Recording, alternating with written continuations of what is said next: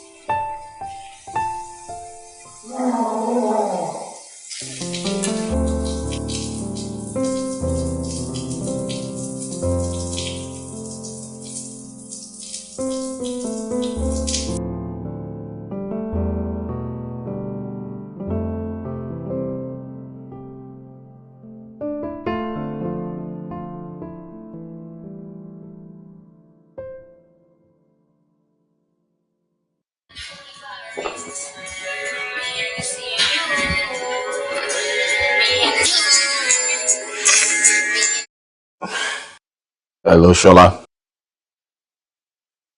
I'm on my way.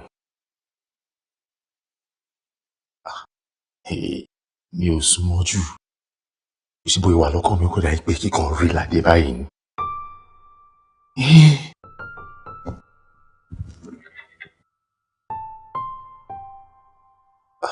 Mi ò lè dúró. Ṣòro kọ́ lọ́wọ́ ṣe mi pé tí bá rí ládé kakọ̀ marry next week. God knows you won't know how I'm going low. Alright. Okay, because the problem I'm alright, my pay about you. Alright.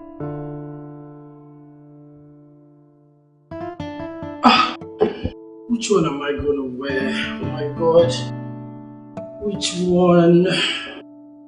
That's just for you! Oh my god! She was so excited. Like, I can't even wait. What about this one? This is, oh my god, MP. But trust me, all Ghana wigs are quite beautiful. Yes, but I just don't know which one to wear. It's not bad. It's not bad. Should we try this? Do this. No, I don't want to, like, I have gold on me already. So let's do this. Okay, which one? I like this one. You and this MP wigs, eh? So it's runner wigs. Okay, what about this one? Okay. Oh, like yes. Yes. Yes. Try. Are you sure you like this? I swear I do. Oh my god, that's why I like my runner wigs.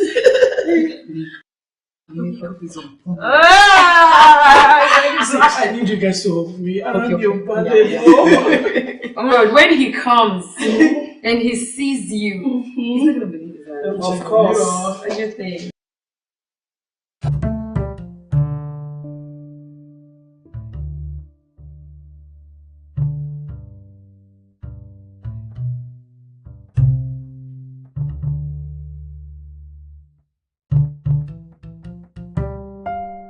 Oh, for the laptop. Full package. Okay, bounce it. Let's sit. Oh, let's sit. Oh my god. Okay, tell me. Bam, she see the property. Let's assume I'm Tolapo. Okay, yeah. Then be the What's up, chick? Hi, Dolly P. No, zero. Okay. Yeah, fine. Calm down. Okay. Yeah, Tolapo. Okay, so I'm Tolapo. Yeah.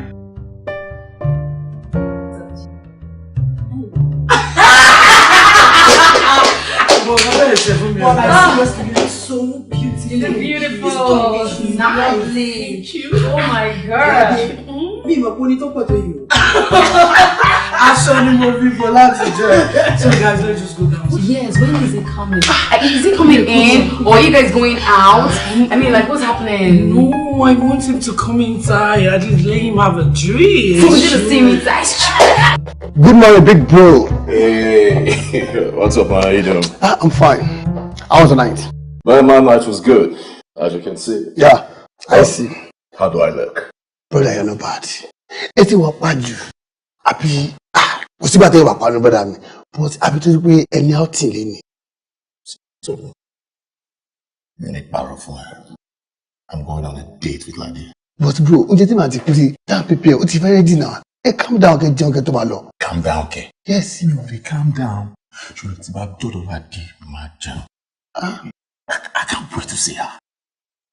Well, don't even got a phone here. What's the problem? And myself, I can't wait to see her. Hey. Joe, when I see her, then you can see her. Oh, yeah. Big bro! So you get back to Momoto? Oh, the big bro! I just think this is again. I'm going to find you. Can I have one of these wigs already? Go get your runner air. Go get your runner wig. Nice one. Go get your runner wig. Shebi is doing a lot of bags for you. Let's go. Okay, let's go. Is this hearing okay? Yeah. You want to change it? Are you sure? Okay, it's nice. Let's go.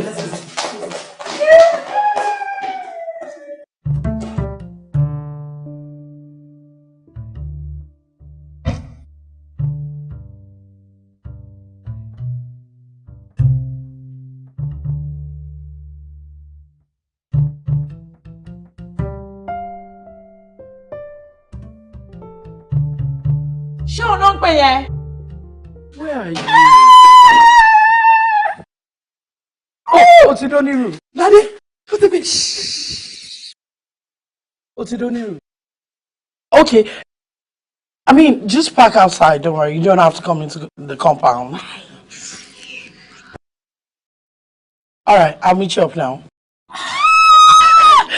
Why? No, I don't want him to park in the compound. No, you should have allowed him back into the compound so we could like take a glance, see him or something. Calm down. It's meant to be surprised, and I know when you guys singing him, you guys is gonna be like, wow. And you better do that first.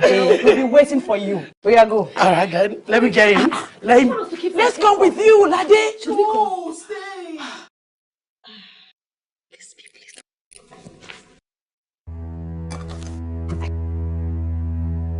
Yeah, what's up? How you doing? How you doing? Come on, it's me, Dolapo.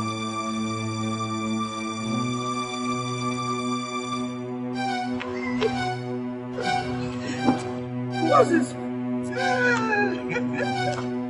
Who's it? Come on, it's me. What's this? Come on, where you going to?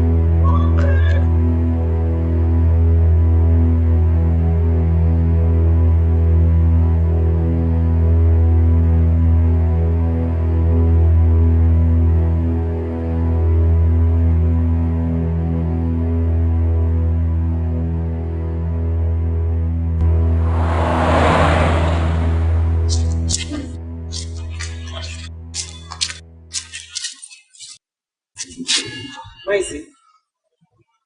I don't get it. Let him move sharing your what? I don't understand. There's nobody outside now. Hey, she ain't come, Lade. I think so.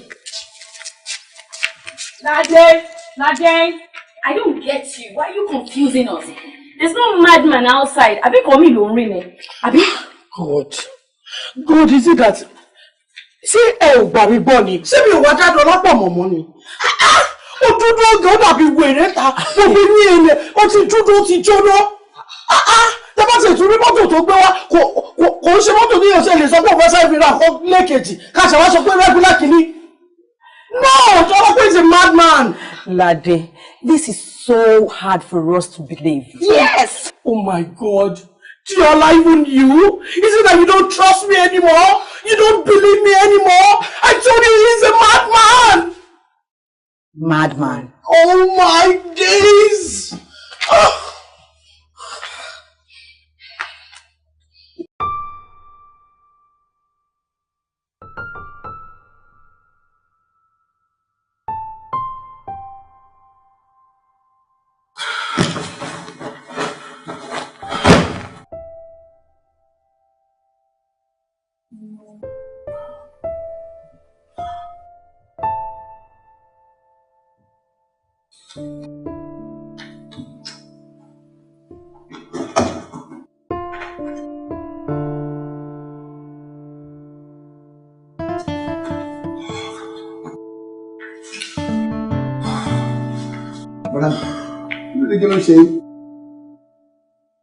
What is it?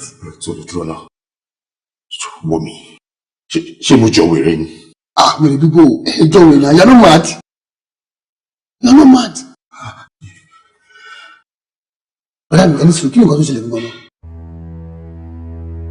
All the feeling. Yeah, what's up? Who's it?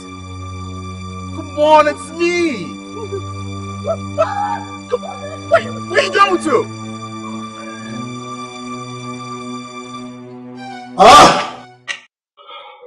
But I'm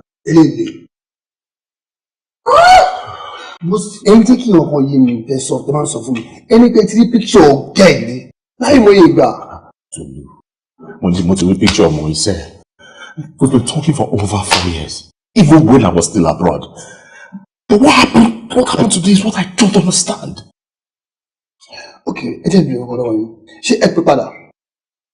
I called her when I went back into the car, but she did not pick her call. Any suru, ate prepared because no, you didn't see the man when you weary. Okay, any suru, she but the day sensitive. To so far, putting that number and I could be called. No, brother, she invited Dennis in Shetty. So it could be called, sir. What is the point? Could be called, Brother, you have to try. You have to call her back. Keep trying, please. You just have to. Brother, in that moment, Epe pada. Epe. In that moment, Epe.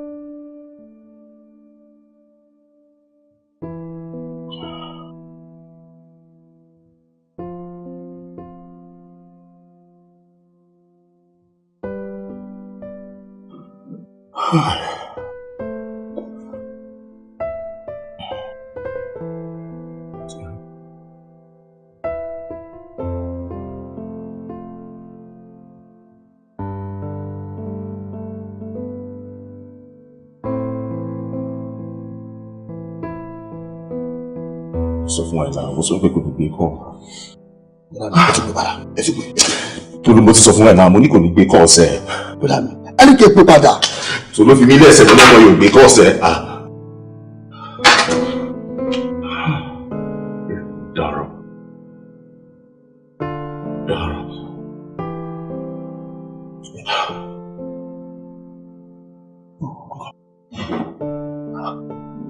Hello? Lade? Please talk to me now, I beg you, please. I'm not a madman. I'm not a madman. Please, I love you. Say something now. Say something, please. I love you with all my heart. Lade? Lade? What is it? Shaka. What shall I be saying? Oh, you must do me. But Dara, you do what you want yourself. Yeah! Madam. You need to take it easy. easy. Bimbo, you should understand. You didn't take him a few weeks. You didn't survive for me now. This guy does not sound like a madman. Oh, you! Diola! Diola, what is it? But wait, Diola, why are you always frustrating me? Why are you like this? Say me money. I said Diola is a madman. He doesn't sound like one. Oh my days! Diola, I saw him. He looks so dirty, so scruffy. I can't even stand him. I don't get why you're shouting. I mean, how can a madman be having a conversation on the phone? Come on! He's not mad! Someone got to take my few big baby anyway. Someone got to take my few big baby anyway. I didn't say that. Why is it that you guys don't believe me anymore? I don't get it.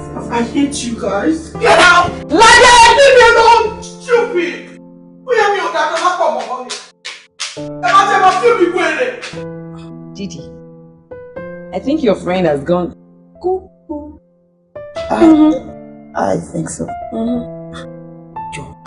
But why you sounding very? I don't understand what is wrong with her. Are you sure she hasn't started?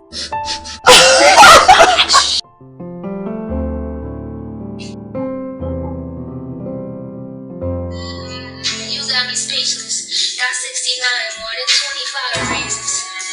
Me Hennessy and you. Me Hennessy and you.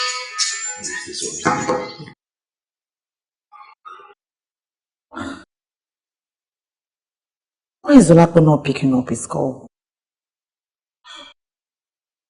Let me send the text.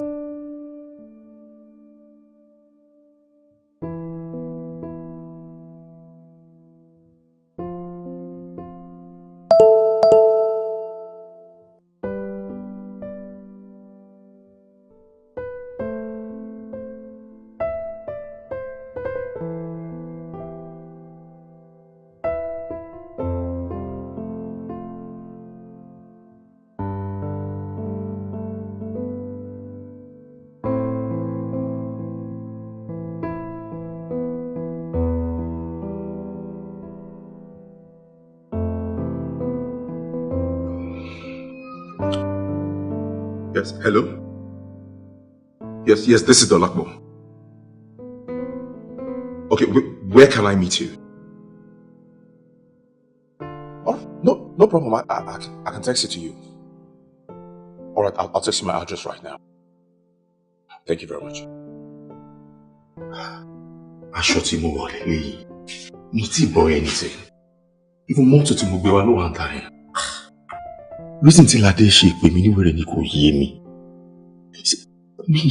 I'm not a madman. I love her with all my life. Jọ̀ọ́, mo fọlọ́run bẹ̀. Fẹ́ kó bá mi bẹ̀. I can't do without her. Dolapo, nígbà tó mọ̀ pé o kì í ṣe wèrè, ilé tó wọlé wá kó wá explain rẹ̀. Embarrassment yẹn pọ̀ ń dà ní. Tí mo ṣe sá. Please, can you do me a favor? What is it? Can we have a selfie? Okay. Okay.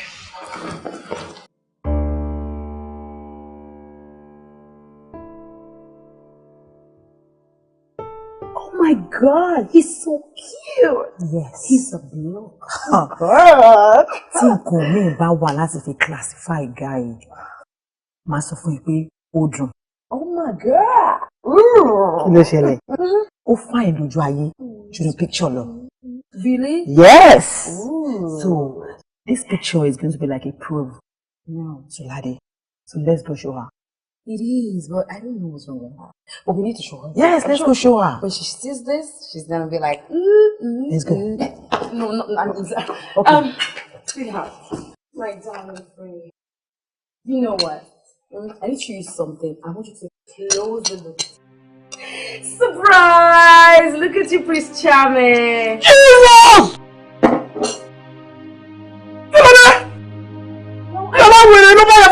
No, he's a Prince Charming. Never! What is this? What is this? This is Dolapo. But wait, Diola. I warned you. I warned you! No, okay, she worries. You're sweet. I don't want to see it! But sweetheart, let me tell you guys. At this point, I think we all have to be calm right now. Like, I'll be glad if we can just forget everything that has to do with Jolapo or Jollibee right now. Like, can we just forget it? Then Diola, I'm so disappointed at you. Me don't believe you can go this far? Really? You even went this far to take picture with him? Please guys, I'll be glad if you guys can forget everything that has to do with Jollibee. Like, forget it. Forget it! Excuse me!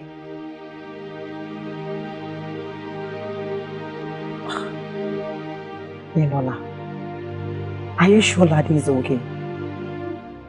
Hey! You know what? You know just let it go. Well, my observation, I think she's not attracted to the guy anymore. So, open my excuse, you know. So, whatever reasons, just let it go. Friend, look at that beer. So that peace had to reign. I think so too. Oh, better. They didn't quite tell him. Conflicts. I can just piss off. Thank you. No, don't get pissed off right there.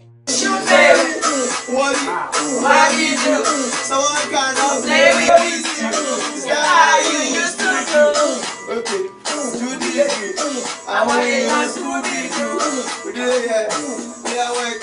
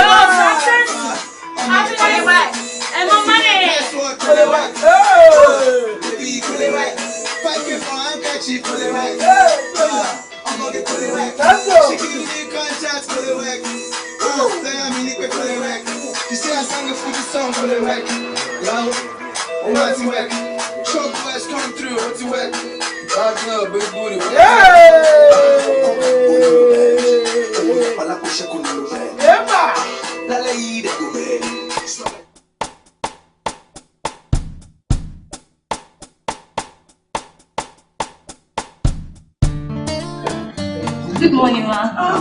How are you? Good morning, ma. How are you? I'm fine. You girls are looking so beautiful. Thank you. And you two, you're not looking bad. Thank you. Shetty manager, Larry. Oh no, I said no. I need to tell you about the game just now. Alright, that's not okay. No problem. Auntie baby.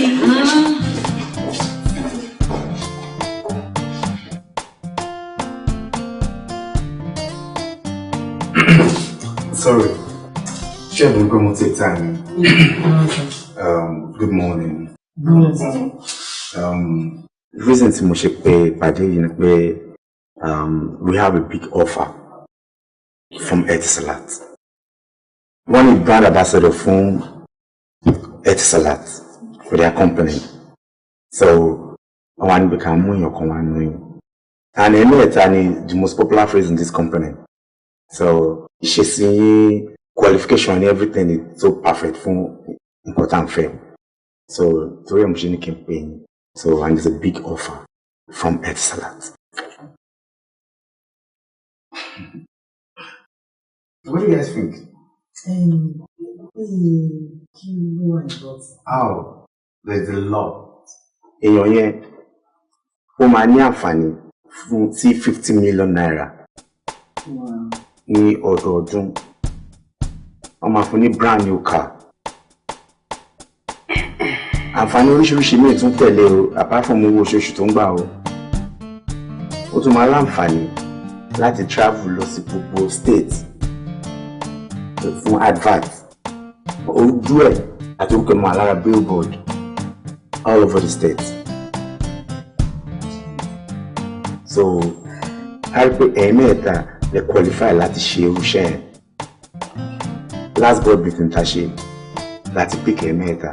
You've got a face, your qualification, your personality is so perfect to nǹkan tó ń wá. Àdèmọ̀ bẹ́ẹ̀ mẹ́ta ṣe ń ṣe bí ọmọ ìyá. Lọ́kùnrin wá ṣe balẹ̀ pókè kí nǹkan kò bá yín sọ̀rọ̀. Kẹ́yìn mẹ́ta wọn bí ṣe lè sort it out láàrin ara yín èèyàn kan péré. Absolutely, 3 of us. Láàrin mẹ́ta. It's a very big offer. But and that's going to be a problem? No. So I don't know how you guys going to work it out. So,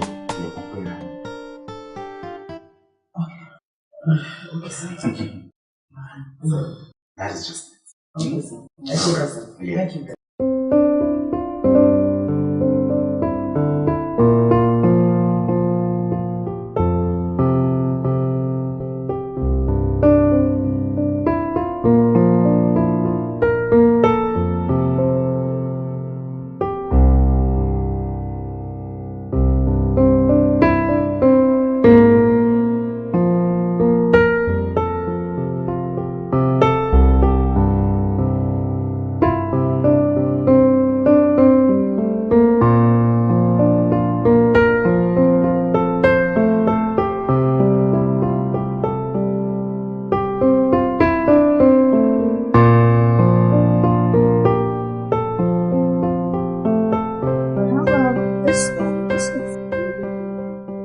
Wow, this is beautiful. Oh my gosh, Sharon, what can I do if I don't use Rona wigs? I know, right? It's like, this is amazing, trust me. I love this. I don't even have any hair with this color. I think I like this. Oh yes, this would be beautiful. I pack it for you. This one. Okay. So how about this one? I think Giola would really like this one and it would really look good on her. And for Bimbo likes this one. Really get this one. So should I ask them to pack it for you? No, I mean, you can always call them. They'll come get it. Call them. No, just take it for them now. You always do. So what's the big deal? Just say this one. Sharon, call them to come pick their hair. What do you mean? This would look really pretty on her. I know, but... Take it for them now. Yeah, you can call them. Call them to come get it. Come, what's going on? I don't understand. Nothing. We are fine. But I don't understand. This is not how you guys... I know you guys now, triplets. You guys do everything together. This is strange. What's going on? I know. But we've not been in good times lately. Why?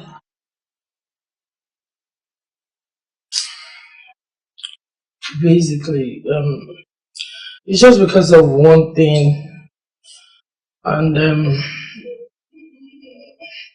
anyway, at this point, I think I might just let the cat out of the bag.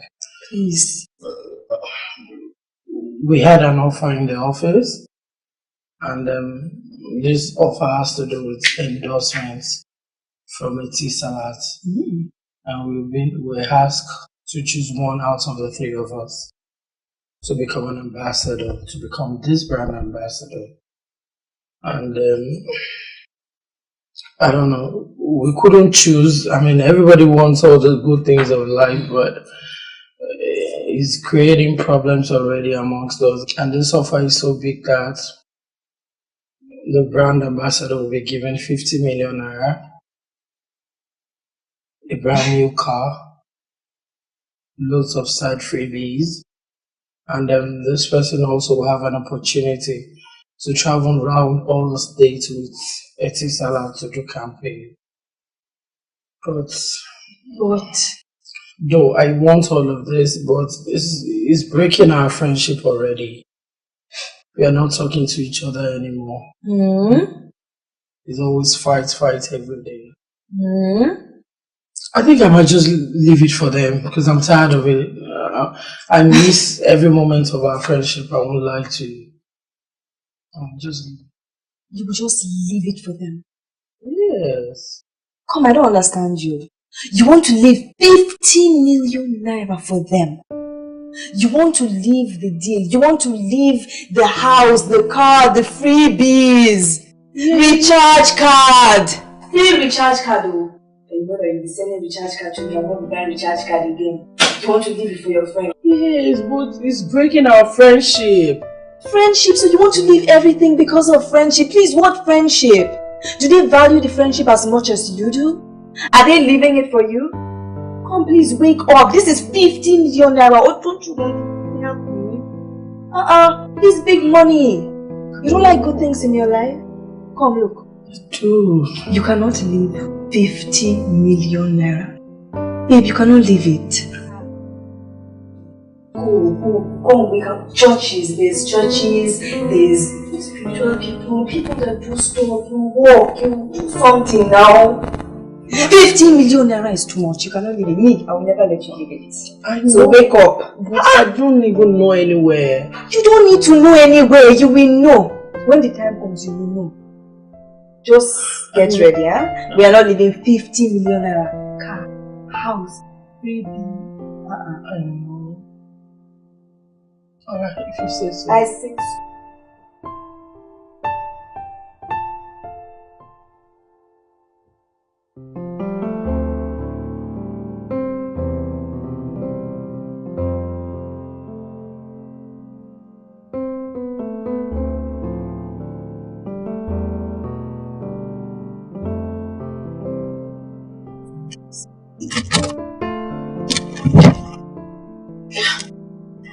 Ọ̀rẹ́ mi báwo ni?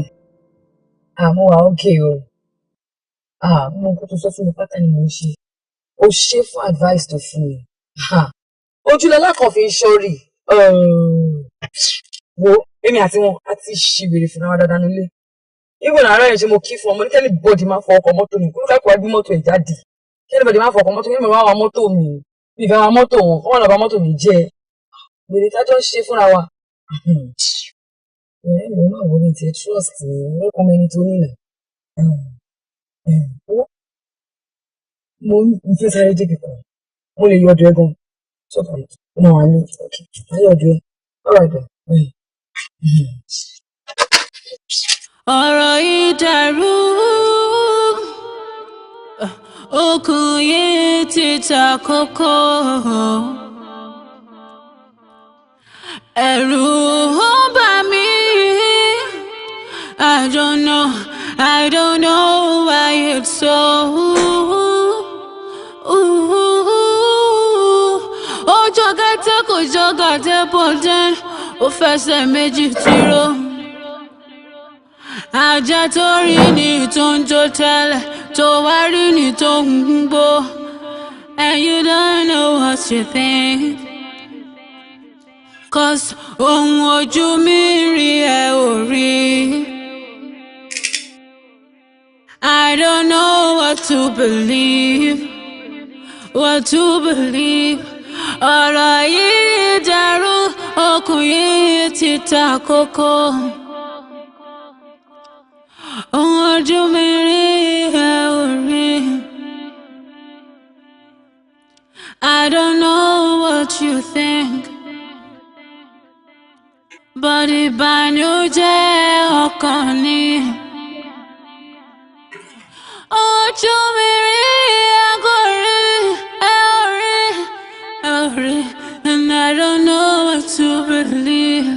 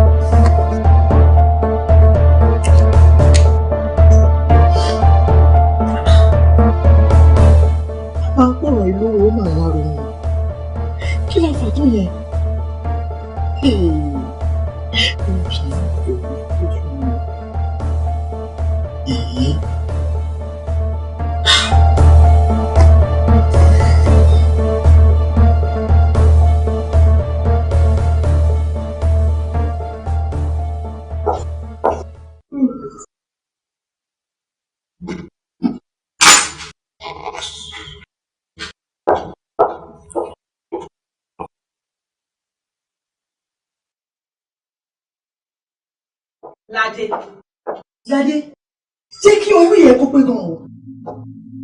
Kí ló fẹ́ máa gbọ́dọ̀ rubbish nínú iná? Kí ni nonsense iná? Why are you stepping on my toes? Toes? What is it? Really? You don't know what I'm talking about? Like, I don't get it. What is it? You're just talking in parables. What is it? What are you saying? Explain. Okay, Lade. Can you business, eh? But no jet, no business. That. Anyway, I'm going to give a place that I can balance. You don't go there! What is your business? Oh! Lie to people. Poison, see? Oh, I can excuse me, please. Hey! Diola, èmi ló ni mo pè. Láyé ni mo sọ. Láyé tó máa fi ṣánkú ni mo sọ. Don't you ever touch my brush again or take it away from where I place it. Just tell me. Because if you try it, I will so deal with you. So jẹ́ pé ìwọ gan ò ní dára ẹ mọ̀. Just tell me right. I am warning you. And let this be the first and last time. So I ever warn you. Just know I want idiots. Bunch of nuisance. Hey, excuse me, woman. Yes. Wait. Why are you wearing my slippers? Why are you wearing my slippers? Take your fucking slippers. Why are you laughing? What's making you laugh? What's so cheap about your slippers? Why are you wearing it? What's so cheap about it? What's so cheap about your slippers? Rubbish. I mean, rubbish, nonsense. What's wrong with you two, Remy? What's so funny? Eh? What's so funny? That's the trace of madness. Why are you running mad? Over nothing. Right? Rubbish. Because of that you're dirty slippers. You don't have any time to wear my slippers. What's that rubbish? Please, you guys should take your time. Everybody's just being irrational, groundless, baseless. Just shut up! You just shut up! It's you! It's you! It's you! It's you! Like, no! It's irrational! It's you! You should give me period just like person when you need it back! Kí ló lè máa ṣẹlẹ̀ náà? Because ó wà obvious ni wọ́n tó wà ṣe tètè notice yẹn. Definitely gbogbo àwọn ará ọ́fíìsì ló ti notice. Ṣé ìwọ̀n mọ̀ ni? Àwọn ọ̀rẹ́ mẹ́ta tó wà. Ó wọ mọ́tò kan náà wá sọ́fíìsì. Tó bá dé ojú mọ́ máa rẹ́rìn-ín, a máa rí smiley face lójú wọn. Ó wá di pé ọ̀gbọ́n mọ́tò tọ̀tọ̀tọ̀ wà. Ibẹ̀ inú tó wọn pípọ̀ kan ṣẹlẹ̀ náà. Mo lè tún pé àtìládé mo bèèrè lọ́wọ́ àtìládé pé ṣé kò sí o pé mo notice nǹkan. Wọ́n dẹ̀ ní kò sí nǹkan kan. Jọ kí ni ti tèmi o? Even I asked Aunty Bimbo, she said there is nothing wrong. And my place senior colleagues were there's limit to question talibiri and senior one in everything. Yes, so you better have to be more. Ṣé mo kò tún ṣẹlẹ̀? Ìjọba ló ṣe mí káyìí. Kí ló lè máa ṣẹlẹ̀ láàárín àwọn mẹ́ta tí òun sì wà táwọn àmọ́? Àrùn ojú ẹni náà. Ìsìlẹ̀ àkójọ ọ̀rọ̀ ọkùnrin àbí kójọ ọ̀rọ̀ owó ìkan nínú méjèèjì ló máa jẹ́. I'm very very sure about that. Ọ̀rọ̀ ọkùnrin yẹn ló máa jẹ́. Ọkùnrin ló máa dájà lẹ̀ torí ọ̀rọ̀ mẹ́ta tó bá wà ọjà sówó ọ̀gẹ̀fẹ̀ ọgbọ́n lọ́wọ́ òkè. Ọkùnrin ló lẹ́jà wọn lẹ̀ ọkùnrin gangan ni. Wo àtúnjọ́kùnrin o àti kòjọ́kùnrin o. Nǹkan kan tí mi mọ̀ ni pé àwa ti gbìyànjú títí wa we tried a lot and since tí wọ́n ti parí ẹ̀yìn ìgbà tó ń dùn láàrin wọn kò sẹ́ni tó mọ̀ ẹ̀ ò get so ó sì tó dẹ̀ ti rí bẹ́ẹ̀ tó bá wọn kọ́ parí ẹ̀ tó bá wọn kọ́ má parí ẹ̀ wàhálà ti mú nǹkan wá Ọlọ́run bá wọn parí ẹ̀.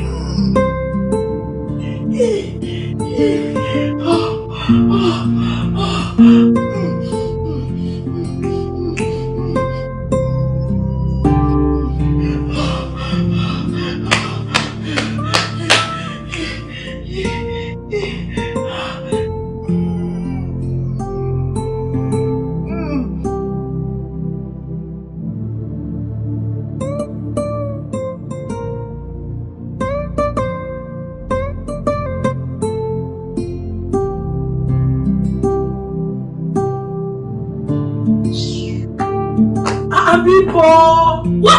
What is bimbo? Why are you guys bimboing me? I mean, all of everyone, Asokale, we just sit down here since morning or so anything. I've got things to do. Monisha Latishe now. If you guys don't have nothing to do, I have a lot to do. Don't tell me to calm down. Let me go. Rubbish. Things to do. Yola, go ahead, please.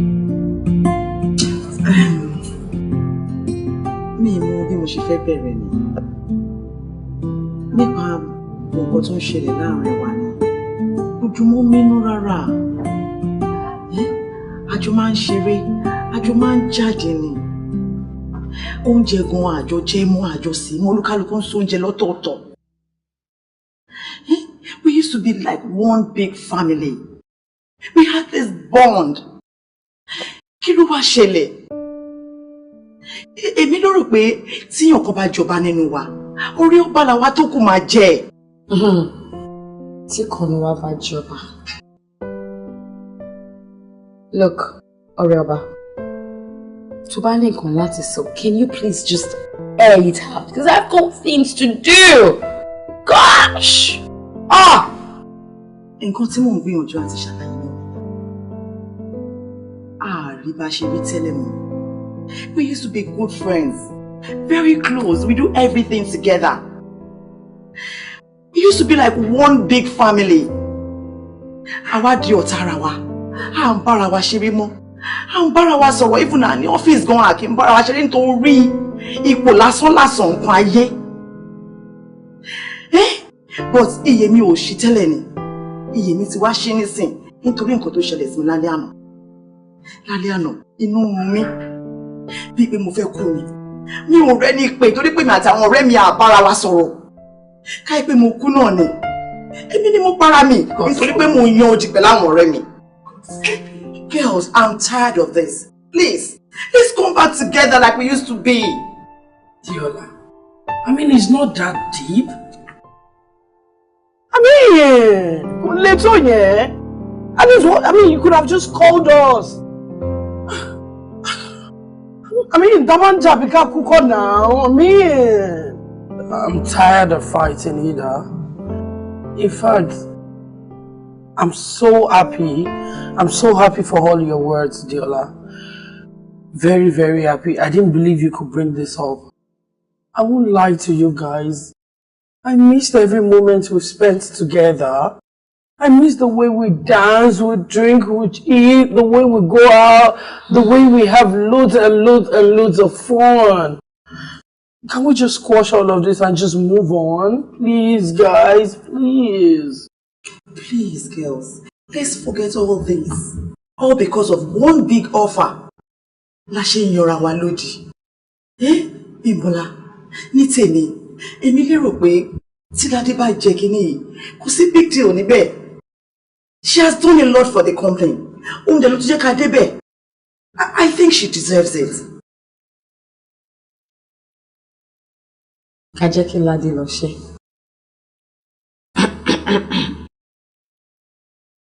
Ká jẹ́ kí Ládé lọ gba ipò yẹn. Okay. I mean, you see, Bimbo, see, don't get it twisted. It's really nothing. I mean, it's nothing. You can always have the post. I don't need it. I don't want it. You can have it. It's okay. It's over. Everything is cool. You understand? Like she rightly said, Alba or Elba. Yeah, whatever. So it's cool. It's fine. No problem. I'm good. Bimbo, I miss you, Joe. I miss you, Joe. I miss you too. Joe, I miss you. I miss you. I miss you, guys. I miss you. You know what? I'm not gonna go to work today. So, Bimbo, who's doing the cooking today? I will. Okay, we do it together. Okay, let's all get it together. Let's all right, guys. I miss you guys.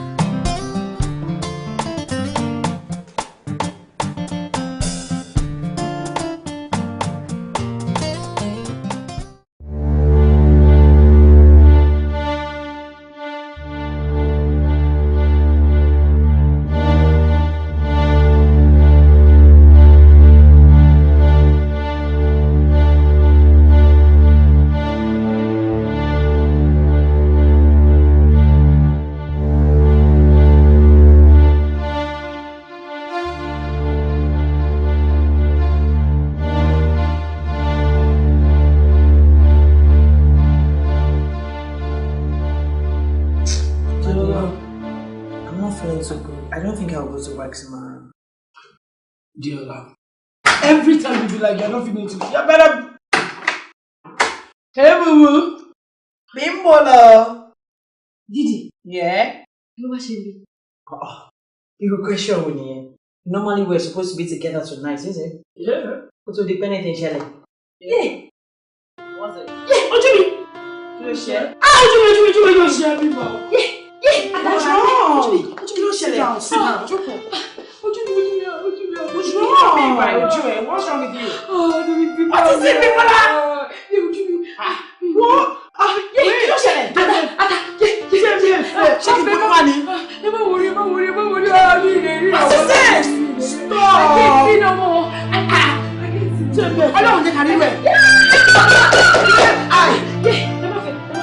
Stop this joke! I don't like it!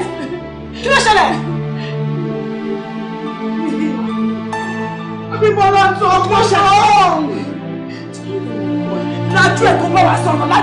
wrong?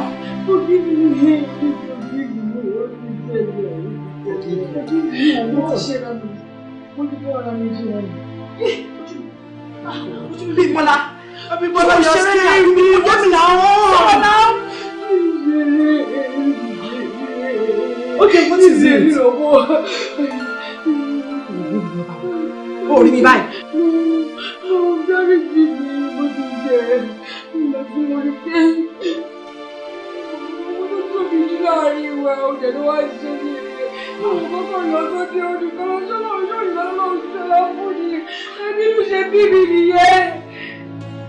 Dọ́lápọ̀, wọ́n fi mí lẹ́jọ́. Dọ́lápọ̀ sọ fún Nìrókò kọ́ má pè mí mọ́.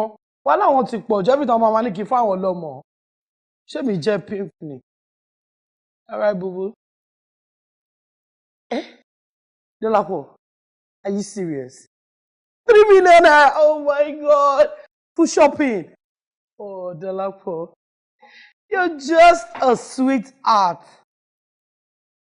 I love you too, boo-boo. I'll call you later. Baby girl, you and this here don't laugh. You're such a lucky girl. I know, right? Because I can tell he's in love with you. I think I'm loving him too. I know. Sorry, Abímbọ́lá. Àṣírí tọ́lọ́run bá fẹ́ ṣoore fún yàn. Èèyàn ló máa rán sí yàn. Áńgẹ́lì mi ni Dolly P.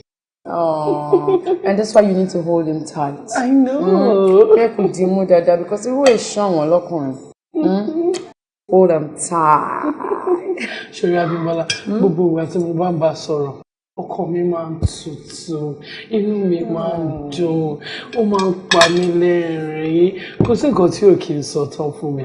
Kò dé a máa wò. Kò sí nǹkan tí ò kí ń rà fún mi. Ó máa ra aṣọ, ó máa ra bàtà. Nǹkan tí mi ò ràn gan máa rà. Really? Dolly P. I'm sure he got you all this. Oh, she coming crazy. Yeah. She go a máa wo Dọ́lápọ̀. Ó like designer. Dolly P. Tí ò bá jẹun, ó gbọ́dọ̀ wọ designer. I can tell. Ó máa ṣe oríṣiríṣi fún mi. Ó tiẹ̀ tún fún mi 3 million naira kí n ṣe shopping. 3 million naira. Yeah. Oh my God. Very good. You're cruising. Okay, now I don't envy you at all, but that's good. I mean, it's good. It's good. It's just good to fall in love and to find someone who loves you back exactly the same way. I know, so right? So just be good to him. Just be nice to him. I am. I'm happy for you. Thank you. Ami.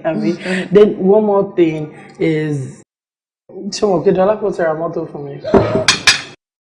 Oh my God. Yes. Oh, come on, don't let me show. Yes. Or arrange for me. Oh my God, Does he know? No, do so for me. What year? 2016, of course. Thank you. Thank you. You're such a lucky girl. I know. Didi has to hear this. Has she heard it? No, me too. Oh my God. Abímbọ́lá, guess what? What? I can't guess anymore. After a range, a 2016 range, forget it. What's there to guess? Dọ́lápọ̀ will be back 2 days' time. Oh, he's coming to this. I can't wait to see him. I can't wait to see that Mr. Charming, that Mr. Goody Goody, that Mr. Goodman. Dolly P. Oh, your Dolly P in the building. Oh my God, you're gonna get a red. Okay, champagne in the building. I know. Wait. Let me go get that. Wait, hold on. Let me go get that. Let me get that. Let me go get that. Let me go get that. Let me go get that. Let me get a glass. Baba, ẹ ṣú pé òun ló máa fẹ́nu ara rẹ̀ sọ fún bọ̀bọ̀ yẹn pé òun ò ṣe mọ́. Ó dá mi lójú gbangba bí àdáni. Ṣé wo mọ̀ wípé bẹ́rù bá kọ òkè bó kọlẹ̀? Ó tún níbi kan àgbé gbà ni. Oògùn tí ń bá sáà tí ọ̀bá jẹ́ ewé rẹ̀ ló dì kan. Wo mi wò, ìdí èṣù ni mo parí iṣẹ́ rẹ̀ sí. Gbogbo nǹkan tẹ́yìn bá ń rí tó bá dára lójú yín lára arákùnrin ọ̀hún. Bóun bá rí, akọ wèrè gbọ́nbélé ni yóò mọ̀ jọ lójú rẹ̀. Bó ṣe rí nù. Ìyẹn ta bàbá ṣùgbọ́n ẹ ṣú ẹ̀ṣà torí èmi rò pé bóyá ó ń lo àìsíkì wa o ẹ lè sọ pé orí ọ̀fẹ́ ni. Orí ọ̀fẹ́ kúkú ni orí ọ̀fẹ́ lọ́jẹ̀. Orí ọ̀fẹ́ wò ni kí ló dé ṣóun nìkan ni bàtà wọn á school òun nìkan ló ń gba first òun ló mọ̀wé jù bàtà ṣètò ọgbọ̀n òun lọ́wọ́ ẹ̀ kọ́kọ́ jí sówó òun lórí gbogbo nǹkan kí ló dé kọ́dẹ́ ṣe pé ó dáa jù wá lọ àbódá tó wà ló wá ṣẹlẹ̀ gan-an ẹ wò ó bí akẹ́ bá mi pàdánù. Lóòótọ́ ni ó yẹ ká pa ni àmọ́ nígbà tó rí rẹ̀ wá lé kókókó bí akọ òkúta ńkọ́ ó léwu fún wọn láti ṣe ọ̀gbọ́n mi díẹ̀díẹ̀ láàmú pásáyé bí èyí tá a fẹ́ ṣe o. bẹ́ẹ̀ ni torí pé kí ni ògbóró ní ikú ejò inú ọmọ àwọn òpéjì ìlẹ̀kẹ̀ tí mo so máa ń lọ́rùn mo bẹ̀rẹ̀ mo mú nǹkan mi torí pé àwọn ti kárí wọnú gbogbo ọ̀rọ̀ mo sọ kìkì oògùn ajá ló mú sọ ní ẹ̀kọ́ àgbọ̀nrín ló mú sọ̀rọ̀ mọ̀jẹ̀ ẹ̀yẹkẹ́yẹ tó bá lóhun ó paná ẹ̀wìrì yóò dà pa sun ó ní kété bá tó mọ bí ọká gbé sùkẹ́ tó mọ bí ọká gbé róró orókóró ní bẹnu àpò ọdẹ. Oh my God. Ẹ̀wọ̀n kò ṣe èdè kan ṣe èdè ẹ̀jẹ̀ kò fẹ́ẹ́ ẹ̀jẹ̀ jẹ́ wàrà mi ẹ̀jẹ̀ ìjàdù mi ẹ̀jẹ̀ jẹ́ wàrà mi bóyá tí wàá jẹ́ wàrà mi ọlọ́ọ̀bà dárí. Bọ́lá, are you this cheap? God! Kí ló dé ṣe fún ẹni tó yìí? Lade is a nice person. Why would you do that? I know. Ẹ̀bà tí ọ̀rọ̀ mi wá bọ̀ ṣẹlẹ̀ tó. Ìdọ́símẹ̀tì wá ṣẹlẹ̀. Ìgbà tó dé tí wọ́n sọ pé kí n gbé fún. Nínú iṣẹ́ tó bí mi nìyẹn. Kánákáná sojú kòkó gbẹ́bọ̀. Kánákáná sojú rẹ̀ lẹ́gbẹ́ tutù. Adíá fún kánákáná tó nọmọ ẹ̀gà wọ́n ní kánákáná nọmọ ẹ̀gà ìjàmbá ẹ̀jà òde.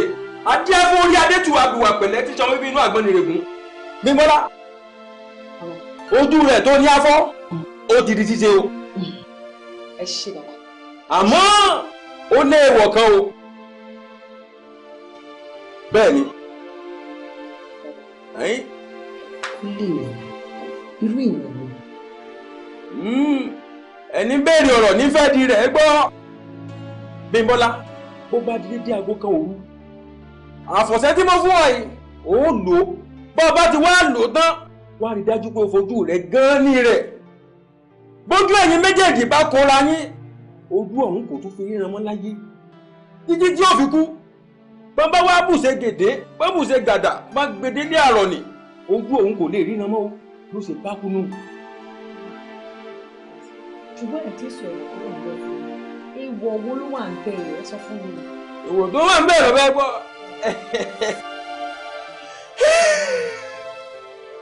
Ọ̀gbọ́n mi ìwọ̀ tí ń bẹ nídìí rẹ̀ ni pé rí dájú pé ojú ẹ̀yin méjèèjì ó gan ní ara wọn. Bó bá yàtọ̀ láàrin ẹ̀yin méjèèjì ó léwu o ó mọ̀ wá jẹ́ pé ojú rẹ ní ó padà fọ́.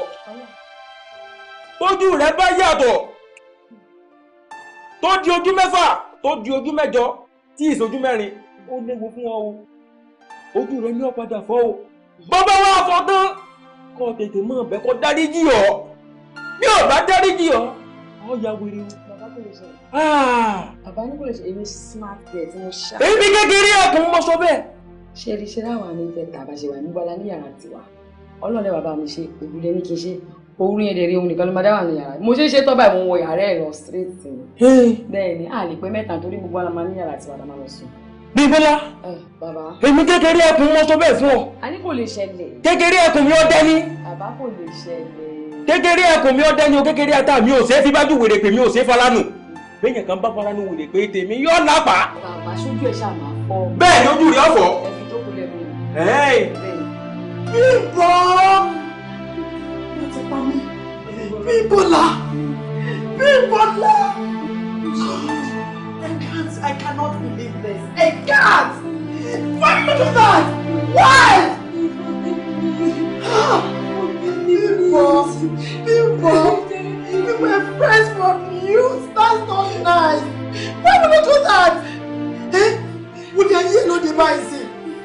Torí pé òun wá òjòwò rẹ̀ tí ó bá wà níbi ayé kan tó lọ máa ṣe fún ọkọ tó yọ ni. Why would you be jealous of your friend? Why? Look at you now. Look at you now. Àti mo bí o máa rí ìrọ̀bá ìbò ṣe wà yìí. What did she do to you? She gave you everything. If that's a ṣiṣẹ́, òun ló mú wa débẹ̀. Tàbí ṣiṣẹ́, ilé tàgbà yìí, owó ẹ̀ ló pọ̀ jù nínú ẹ̀. Why would you do that? God. God. Tí wọ́n fẹ́ fọkàn tán nílé ayé ìtorí ọlọ́. Tí wọ́n fẹ́ fọkàn tán. God. Tó bá dárí jẹ́ gan mi nígbà tó dárí jẹ́. Just